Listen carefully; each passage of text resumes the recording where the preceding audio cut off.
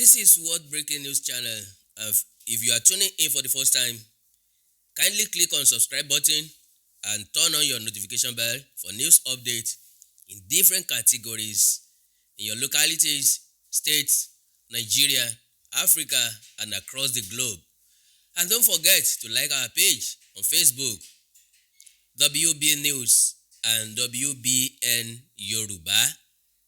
You're welcome for joining us. Happy Independence Day. Full speech of President Bola Ahmed Tinubu on October 1st.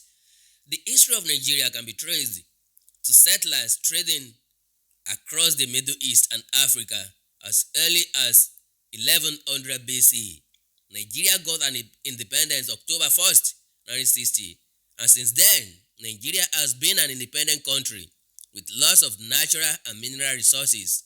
Years passed by, Nigeria grows, and today we celebrate at 63 years of freedom from slavery and hardship. In celebration of our freedom, His Excellency President Bola Ahmed Tinubu, GCFR, President and Commander-in-Chief, Federal Republic of Nigeria, in commemoration of the 63rd Independence Anniversary of Nigeria on Sunday, 1st October 2023. Dear compatriots, it is my unique honor to address you on this day, the 63rd anniversary of our nation's independence, both as the president of our dear country and simply as a fellow Nigerian. On this solemn yet hopeful day, let us commend our founding fathers and mothers. Without them, there will be no modern Nigeria. From the fading embers of colonialism, their activism, dedication, and leadership gave life to the belief in Nigeria as a sovereign and independent nation. Let us at this very moment affirm that as Nigerians, we are all endowed with the sacred rights and individual gifts that God has bestowed on us as a nation and as human beings. No one is greater or lesser than the other. The triumphs that Nigeria has achieved shall define us. The travails we have endured shall strengthen us, and no other nation or power on this earth shall keep us from our rightful place and destiny. This nation belongs to you, dear people. Love and cherish it as your very own. Nigeria is remarkable in its formation and essential character. We are a broad and dynamic blend of ethnic groups, religions, traditions, and cultures. Yet our bonds are intangible yet strong, invisible yet universal. We are joined by a common thirst for peace and progress, by the common dream of prosperity and harmony, and by the unifying ideals of tolerance and justice. Forging a nation based on the fair application of these noble principles to a diverse population has been a task of significant blessing, but also a serious challenge. Some people have said an independent Nigeria should never have come into existence. Some have said that our country will be torn apart. They are forever mistaken. Here our nation stands, and here we shall remain. This year, we passed a significant milestone in our journey into a better Nigeria by democratically electing its seventh consecutive civilian government. Nigeria has proven that commitment to democracy and the rule of law remains our guiding light. At my inauguration, I made important promises about how I would govern this great nation. Among those promises were pledges to reshape and modernize our economy and to secure the lives, liberty, and property of the people. I said that both reforms were necessary to place our nation on the path of prosperity and growth. On that occasion, I announced the end of the fuel subsidy. I am attuned to the hardship that have come. I have a heart that feels and eyes that see. I wish to explain to you why we must endure this trying moment.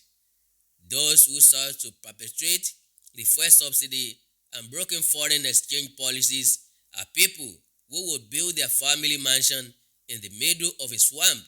I am different. I am not a man to erect our national home on a foundation of mud.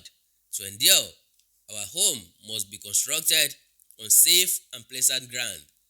Reform may be painful, but it is what greatness and the future require. We now carry the cost of reaching a future Nigeria where the abundance and fruits of the nation are fairly shared among all, not hoarded by select and greedy few. In Nigeria, where hunger, poverty, and hardship are pushed into the shadows of an ever-fading past, there is no joy in seeing the people of this nation shoulder burdens that should have been shared years ago. I wish today's difficulties did not exist, but we must endure if we are to reach the good side of our future. My government is doing all that it can to ease the load. I will now outline the path we are taking to relieve the stress on our families and households. We have embarked on several public sectors reforms to stabilize the economy, direct fiscal and monetary policy to fight inflation, encourage production, ensure the security of lives and property, and lend more support to the poor and the vulnerable. Based on our talks with labor, business, and other stakeholders, we are introducing a provisional wage increment to enhance the federal minimum wage without causing undue inflation. For the next 6 months, the average low-grade worker shall receive an additional 25,000 naira per month. To ensure better grassroots development, we set up an infrastructure support fund for states to invest in critical areas. States have already received funds to provide relief packages against the impact of rising food and other prices, making the economy more robust by lowering transport costs will be the key. In this regard, we have opened a new chapter in public transportation through the deployment of cheaper, safer, compressed natural gas (CNG) buses across the nation. These buses will operate at a fraction of current fuel prices, positively affecting transport fares. New CNG conversion kits will start coming in very soon, as all hands are on deck to fast-track the usually lengthy procurement process.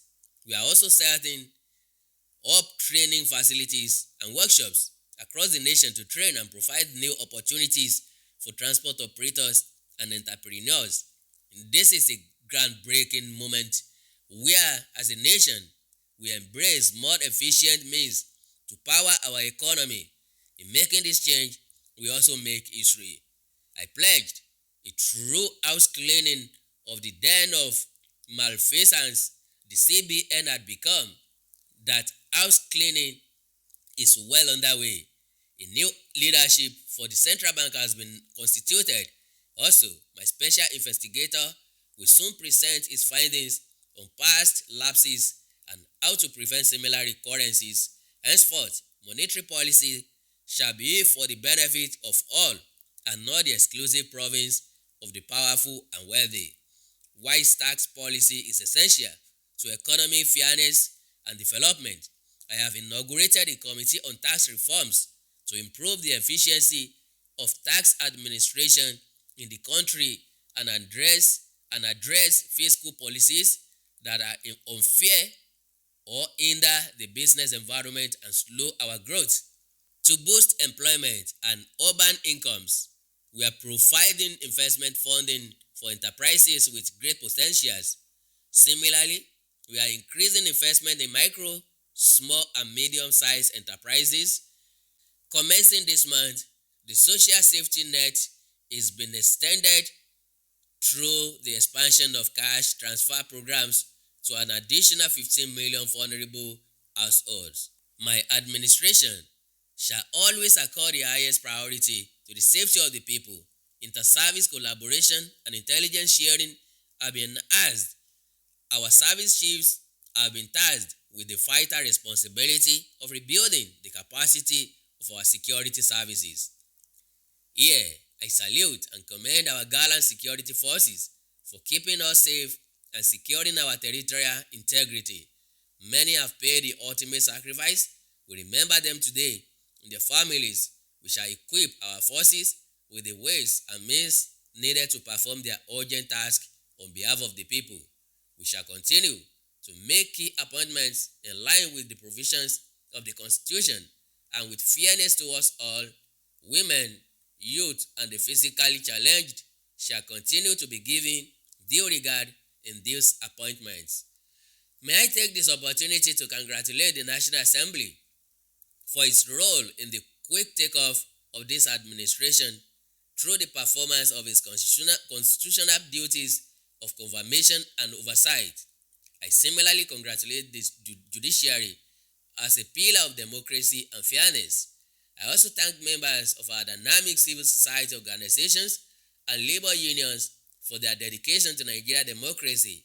We may not always agree, but I value your advice and recommendations. You are my brothers and sisters, and you have my due respect. Fellow compatriots, the journey ahead will not be navigated by fear or hatred. We can only achieve our better Nigeria through courage, compassion, and commitment as one indivisible unit. I promise that I shall remain committed and serve faithfully. I also invite all to join this enterprise to remake our beloved nation into its better self. We can do it. We must do it. We shall do it. I wish you all happy 63rd Independence Anniversary. Thank you for listening. May God bless the Federal Republic of Nigeria. We have the opportunity to make history. We have the power to make our country a better one. We are one. We are united. It's Nigerians' turn. Thanks for watching and have a wonderful day.